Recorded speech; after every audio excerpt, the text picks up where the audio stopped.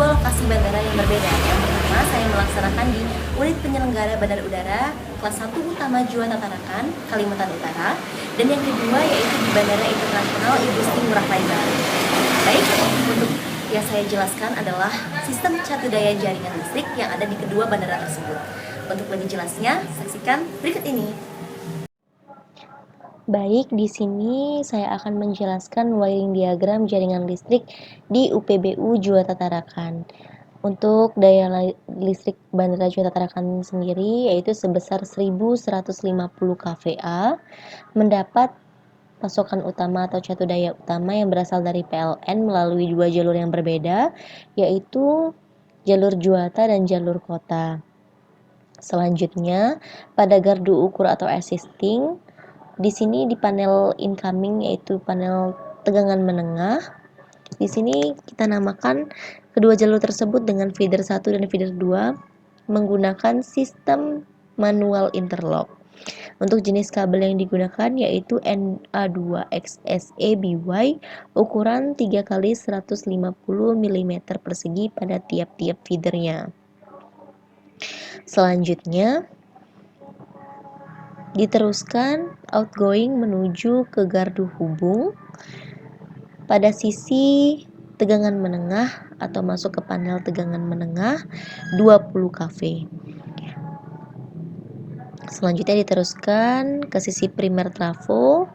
Pada trafo ini tegangan menengah di step down-kan menjadi tegangan rendah dari 20 kV menjadi 380 volt, di mana kabelnya juga sudah berubah menjadi jenis NYY 16 kali 1 kali 240 mm persegi.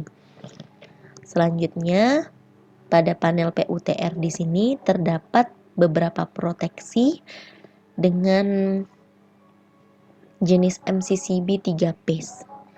Setelah itu, keluaran atau feeder dari gardu hubung diteruskan menuju ke gedung powerhouse baru, masuk dua jalur yaitu pada sel 1 dan di sel 11. Baik, pada tiap-tiap selnya terdapat beberapa jenis panel yang akan saya jelaskan sebagai berikut. Untuk di sel 1, di sini terdapat genset 1. Jadi di sini terdapat panel ACOS dengan genset kapasitas 1000 kVA tahun instalasi 2015 yang sudah connect juga ke sel 2. Di sel 2 terdapat panel outgoing untuk pH lama. Selanjutnya diteruskan menuju ke panel outgoing di pH baru yaitu pada sel 3. Pada sel 3 selanjutnya diteruskan ke panel distribusi non-esensial yang ada di sel 6.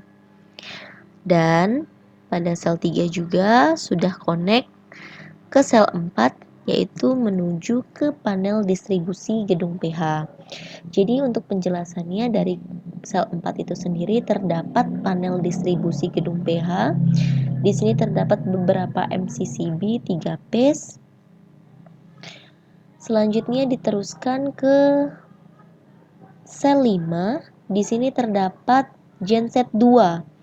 Genset 2 dengan kapasitas 1000 kVA tahun instalasi 2013, di mana pada genset 2 ini sudah terdapat panel ACOS-nya. Selanjutnya diteruskan menuju ke panel outgoing yang ada di sel 12. Selanjutnya pada sel 6 terdapat panel distribusi untuk beban-beban non-esensial.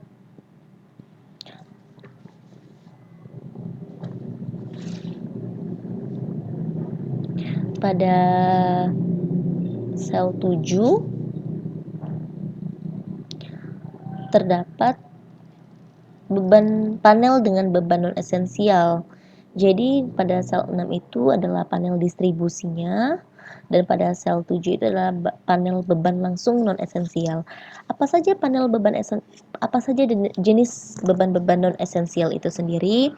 Seperti gedung operasional, atau gedung perlengkapan, pompa air atau hydrofloor, ada juga untuk banglan, ada untuk WSS atau water supply system, dan juga 2 sebagai spare. Itu terdapat pada sel 7. Selanjutnya pada sel 8 terdapat genset 3, yaitu genset dengan kapasitas 500 kVA. Di sini sudah terdapat panel akosnya, tahun instalasi 2009. Selanjutnya diteruskan menuju ke panel yang ada di sel 9. Di sini terdapat panel akos genset 250 kVA. Jadi sebenarnya Bandara Juanda Tarakan itu memiliki 4 jenis genset. Akan tetapi genset 250 kVA sudah tidak dioperasionalkan lagi dengan alasan ketiga genset sebelumnya yang telah saya jelaskan, yaitu dengan kapasitas 2 kali 1000 kVA dan 1 kali 500 kVA telah cukup atau telah memenuhi beban yang ada di Bandara Juanda Tarakan ketika PLN utama atau catu daya utama dari PLN sedang bermasalah. Jadi sudah cukup untuk membackup beban-beban yang ada di Bandara Juanda Tarakan. Maka dari itu, untuk genset dengan kapasitas 250 kVA sudah tidak dioperasionalkan lagi. Sekarang letaknya berada di gedung MPH lama. Baik, selanjutnya untuk di sel 10 terdapat panel beban esensial. Apa saja jenis beban-beban esensial yang ada di Bandara Juanda Tarakan? Meliputi terminal, fasilitas radar, MVCB, CCB, AFL, PAPI, power gedung, D4, ILS, TMS, power ATS, horn, NDB atau APP, PKPPK, pompa solar, untuk PH-CCR, gedung BMKG, dan 2 sebagai spare. Di situ untuk beban-beban esensial yang ada pada panel di sel 10. Selanjutnya pada sel 11 terdapat panel incoming PLN yang berasal dari gardu hubung tadi.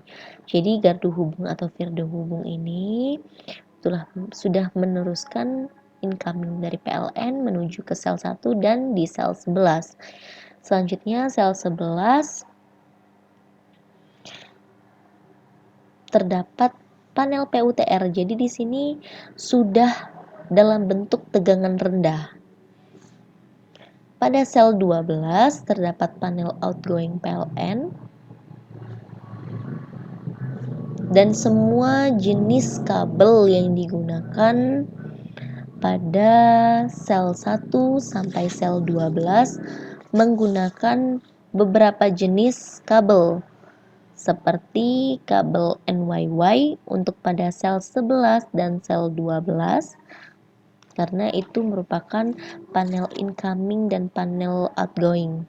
Juga pada beberapa jalur yang ada pada panel akos menggunakan kabel dengan tipe NYY.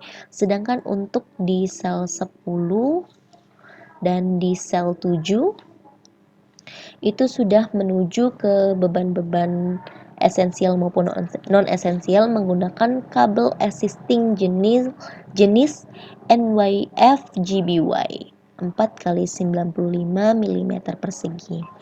Baik, untuk sistem jaringan yang ada di Bandara UPBU Juanda Tarakan ini sendiri sebenarnya sudah menggunakan jalur looping, tapi untuk sistem penerapannya sendiri masih menggunakan sistem radial. Nah, bagaimana cara kerja sistem ketika catu daya utama atau PLN mengalami masalah?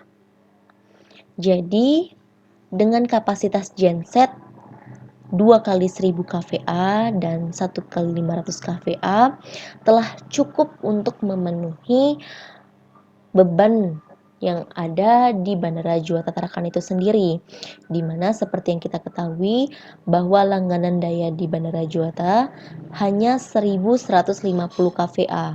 Jadi teknisi yang ada di UPBU Juanda Tarakan menerapkan sistem konfigurasi KS. Jadi ada KS1, KS2, dan KS3, di mana keterangannya di sini yaitu menerapkan genset 1, genset 2, dan genset 3. Jadi menyalanya secara bergantian. Jadi seperti ini. Misal pada konfigurasi KS1, maka genset 2 dan genset 3 yang menyala, sedangkan genset 1-nya dalam kondisi tidak menyala. Pada konfigurasi KS2, maka genset 1 dan genset 2 dan genset 3 yang menyala, sedangkan genset 2-nya tidak menyala. Dan untuk konfigurasi KS3, di mana genset 1 dan genset 2 yang menyala, sedangkan genset 3 tidak menyala. Mengapa tidak ketiga-tiganya bersamaan?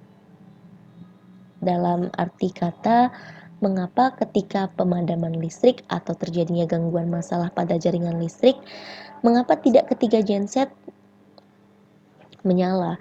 Jadi alasannya yaitu karena beban ketiga genset itu jika kita totalkan 2 kali 1000 kVA ditambah 1 kali 500 kVA kurang lebih 2500 kVA. Sedangkan langganan daya listrik yang ada di Bandara Juanda Tarakan itu sendiri hanya 1150 kVA. Maka apabila kita mengaktifkan 2 dari 3 genset tersebut telah cukup atau telah memenuhi dari kapasitas beban yang akan di backup dari genset tersebut. Misal kita memakai konfigurasi yang KS1, maka genset 2 dan genset 3 yang menyala, yaitu genset dengan kapasitas 1000 dan 500 yang menyala. Maka dengan beban 1500 kVA telah cukup atau telah mampu memenuhi atau membackup dari daya yang ada di Bandara Juanda Tarakan itu sendiri yang hanya sebesar 1150 kVA. Untuk saran dari saya selaku taruna yang pernah melaksanakan on the job training di UPBU Juanda Tarakan, mungkin untuk sistem jaringan listriknya apabila akan lebih baiknya jika ketiga genset tersebut disinkronkan. Jadi untuk sistem genset 1, 2, dan 3 yang ada di Bandara Juanda Tarakan ini belum sinkron.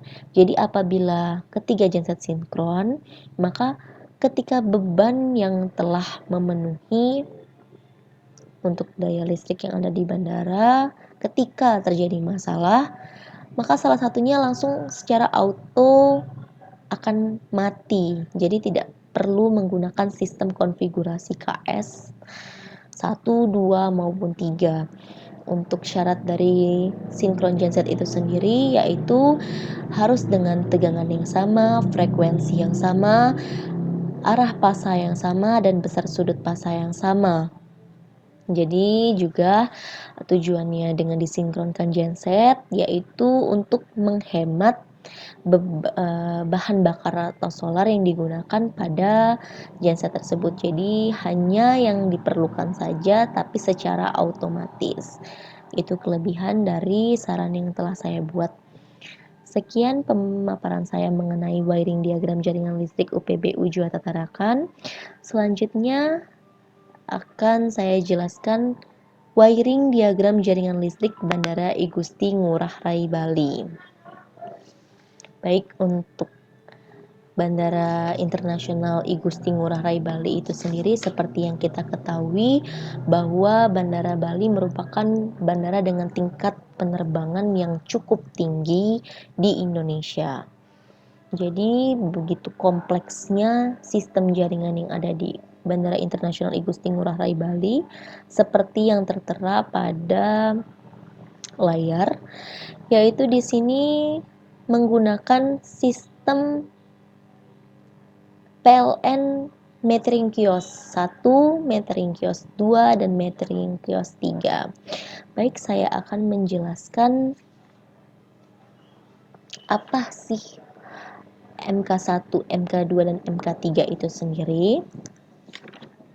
Jadi, Bandara Bali menggunakan sistem jaringan yang berasal dari catu daya utama langsung dari PLN. Yang di sini beda halnya tadi dengan feeder 1, feeder 2, di sini menggunakan sistem MK1, MK2, dan MK3. Antara ketiganya yaitu menggunakan sistem interlock, di mana jika salah satu bermasalah, maka PLN metering kios yang lainnya bisa saling membackup. Di sini untuk sistem jaringannya jenisnya looping radial. Untuk beban di MK1 itu dengan kapasitas 10.380 kVA untuk terminal domestik. Untuk PLN di metering kios 2 sebesar 10.380 kVA untuk terminal internasional. Dan untuk PLN di MK3 di sini untuk beberapa jaringan yang ada di selatan Bandara I Gusti Ngurah Rai Bali meliputi terminal GAT dan beberapa fasilitas gedung airnav atau tower. Baik, untuk beban yang di backup pada jaringan listrik di Bandara I Gusti Ngurah Rai Bali itu sendiri meliputi area terminal domestik, area terminal internasional, gedung BHS dan gedung GVK, parkir internasional, hotel Angkasa Pura yaitu Novotel, airfield lighting, gedung Wistisaba, gedung airnav, chiller, kargo internasional dan kargo domestik, D4, radar, ILS, dan tower. Untuk wiring diagram yang ada di layar ini merupakan tegangan menengah yang dengan jumlah panel tegangan menengah sebanyak 261 unit yang berada lokasinya di gedung MPH 2. Panel-panel tersebut jenisnya DMIA, QM, CM, dan IM dengan merek Schneider, di mana fungsi panel tegangan menengah tersebut sebagai proteksi dan penyalur suplai tegangan ke trafo distribusi. Seperti yang telah saya jelaskan sebelumnya, untuk sistem pendistribusian jaringan listrik yang ada di Bandara I Gusti Ngurah Rai Bali itu sendiri, pada saat salah satu ketika metering kios bermasalah, maka metering kios lainnya saling membackup atau dengan sistem interlock. Untuk beban-beban yang disuplai masing-masing metering kios, yaitu metering kios yang pertama yaitu PLN MK1 meliputi area terminal domestik, kargo, D4, ILS, masjid, SBU, otoritas bandar udara, building dengan kapasitas daya 10.380 kVA. Sedangkan PLN metering kios 2 meliputi area terminal internasional, gedung BHS dan GVK, parkir internasional, chiller, promenade dengan kapasitas daya 10.380 kVA. Sedangkan untuk PLN di metering kios 3 di selatan di Bandara I Gusti Ngurah Rai Bali meliputi untuk terminal GAT atau General Aviation Terminal. Baik, selanjutnya untuk kapasitas genset yang ada di Bandara I Gusti Ngurah Rai Bali yaitu sebesar 3 kali 2750 kVA merek Cummins, 3 kali 2000 kVA merek Cummins, 2 kali 1250 kVA merek Cummins, 2 kali 2000 kVA merek Yanmar. Total 10 gensetnya berada di gedung MPH 2 Bandara I Gusti Ngurah Rai Bali. Sedangkan lainnya untuk 1 kali 1000 kVA letaknya di main powerhouse 1, 1 kali 300 kVA letaknya di substation E, 1 kali 818 kVA berada di gedung Wisti, 1 kali 500 kVA dengan jenis mobil genset berada di substation yang ada di selatan, dan 1 kali 630 kVA juga berada di selatan di Bandara I Gusti Ngurah Rai Bali untuk kapasitas keseluruhan genset sebesar 23.350 MVA.